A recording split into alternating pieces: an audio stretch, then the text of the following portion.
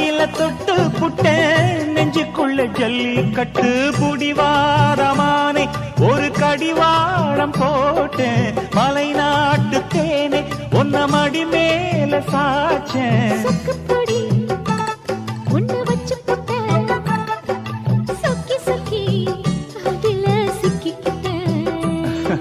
கிச்சிலி சம்பா குத்தி எடுத்தே மொச்ச குழம்பும் வச்சு எடுத்தே ஆமாடி அதுக்காகத்தான்